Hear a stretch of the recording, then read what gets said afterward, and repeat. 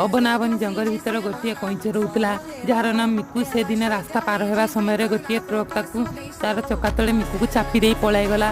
मिकु को बहुत कष्ट है। से चित्कार करने को लगला और तार चित्कार शुणी जंगल रोकवा गोटे बिले जार नाम सिकु ता पाखक दौड़ी आसला और मिकु को निज पिठे बसाई निज घर को नहीं गला और तार चिकित्सा कला।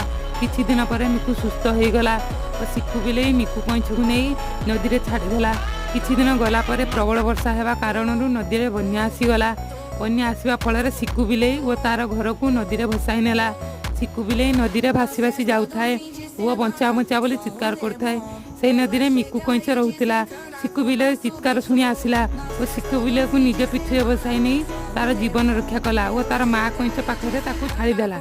एथुर आम कौन शिक्षा पाइलु जे अन्यर विपद समय साहाय्य कले से आमर विपद समय आमको साहाय्य कर। जय जगन्नाथ।